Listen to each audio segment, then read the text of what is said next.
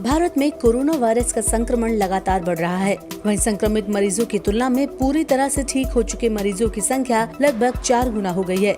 हालांकि कोरोना महामारी की रफ्तार पर फिलहाल ब्रेक लगता हुआ नजर नहीं आ रहा। देश में कोरोना संक्रमितों की संख्या 43 लाख को पार कर चुकी है। हेल्थ मिनिस्ट्री द्वारा जारी किए गए ताज़ा आंकड़ों के मुताबिक बीते 24 घंटों के दौरान करीब 90,000 मामले सामने आए हैं और इस दौरान 74,894 मरीज ठीक हुए हैं। देश में कोरोना वायरस के पिछले 24 घंटों में 89,706 नए मामले सामने आए और 1,115 लोगों की मौत हो गयी।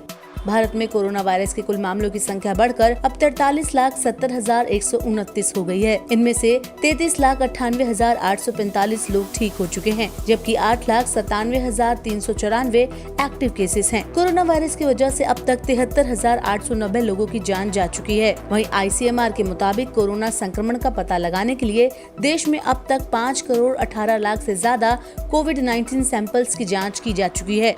वहीं मंगलवार को 11,54,549 सैंपल्स टेस्ट किए गए। कोरोना वायरस के संक्रमण को देखते हुए बुधवार को केंद्रीय स्वास्थ्य मंत्री डॉक्टर हर्षवर्धन ने विश्व स्वास्थ्य संगठन यानी WHO की बैठक में वीडियो कॉन्फ्रेंसिंग के माध्यम से भाग लिया। बुधवार को दक्षिण पूर्व एशिया के लिए संगठन की क्षेत्रीय समिति द्वारा 73वें सत्र का आयोजन किया गया। WHO के नेतृत्व में किए गए नए अध्ययनों में इस बात की पुष्टि हुई कि स्टेरॉइड दवाओं की मदद से गंभीर रूप से संक्रमित लोगों की जान बचाई जा सकती है। वहीं कोरोना वायरस संक्रमण में अनलॉक 4 में दी गई छूट के बीच दिल्ली मेट्रो की ब्लू लाइन और पिंक लाइन में सफर करने वाले यात्रियों को राहत मिली है। कोरोना महामारी के चलते 171 दिनों से बंद पड़ी ब्लू लाइन और पिंक लाइन सेवा एक बार फिर से लोगों के लिए बुधवार से शुरू कर दी गई। वहीं DMRC की तरफ से सभी से कोविड-19 के मानदंडों का पालन करने के लिए भी कहा गया है। साथ ही लोगों में भी मेट्रो के दोबारा चलने की खुशी है और लोग शर्तों और सावधानी के साथ यात्रा करने की बात कह रहे हैं। मेट्रो चलने से लोगों को राहत मिलने के साथ ही एक परेशानी की खबर है। दुनिया भर में 9 लाख से ज्यादा मौतें कोविड-19 की वजह से हुई हैं।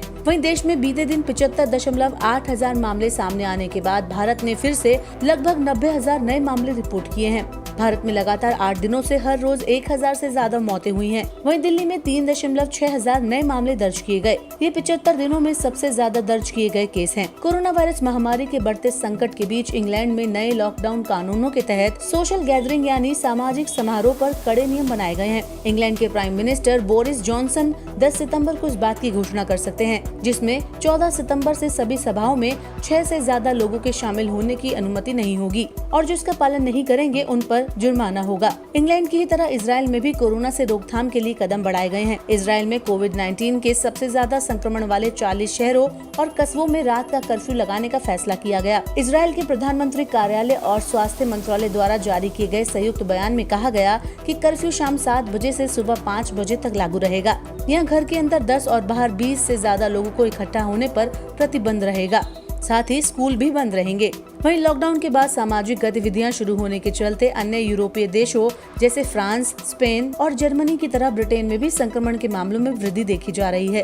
ब्रिटेन में कोरोना वायरस संक्रमण के नए मामले सामने आए, जो कि मई के बाद से एक दिन में सामने आने वाले सर्वाधिक मामले हैं। यूरोपीय देशों में मौत के सबसे ज्यादा मामले ब्रिटेन से ही रिपोर्ट हुए हैं। समूचे यूरोप में कोविड-19 महामारी का प्रसार बढ़ा है और वहाँ की सरकारें विभिन्न स्तरों पर संक्रमण रोकने के लिए हस्तक्षेप कर रही हैं।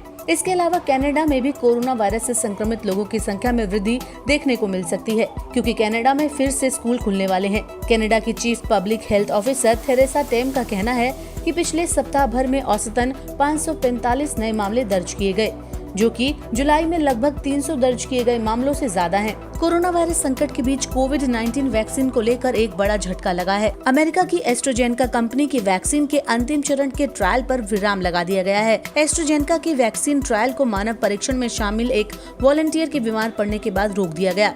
एस्ट्राजेनेका ने एक बयान जारी कर कहा है कि ये एक रूटीन रुकावट है, क्योंकि परीक्षण में शामिल शख्स की बीमारी के बारे में अभी तक ज्यादा कुछ पता नहीं चला है। इसकी अच्छे से समीक्षा की जाएगी और उसके बाद ही ट्रायल फिर से शुरू होगा। अगर बात करें कोरोना वायरस के ग्लोबल संकट की, तो दुनिया भर में कोरोना वायरस संक्रमितों की संख्या का आंकड़ा 2,76,07,616 पहुँच गया है। वहीं विश्व में कोरोना से मरने वालों का आंकड़ा 8,98,284 पर पहुंच चुका है। पूरी दुनिया में कोरोना वायरस से सबसे ज्यादा प्रभावित देश अमेरिका है। अमेरिका में 63,28,154 कोरोना संक्रमितों की संख्या है। इसके अलावा 1,89,699 लोगों की मौत कोरोना की वजह से अमेरिका में हो चुकी है। अमेरिका के बाद दूसरे नंबर पर इंडिया है। तीसरे नंबर पर ब्राजील है, चौथे नंबर पर रशिया और 5वें नंबर पर पेरू है।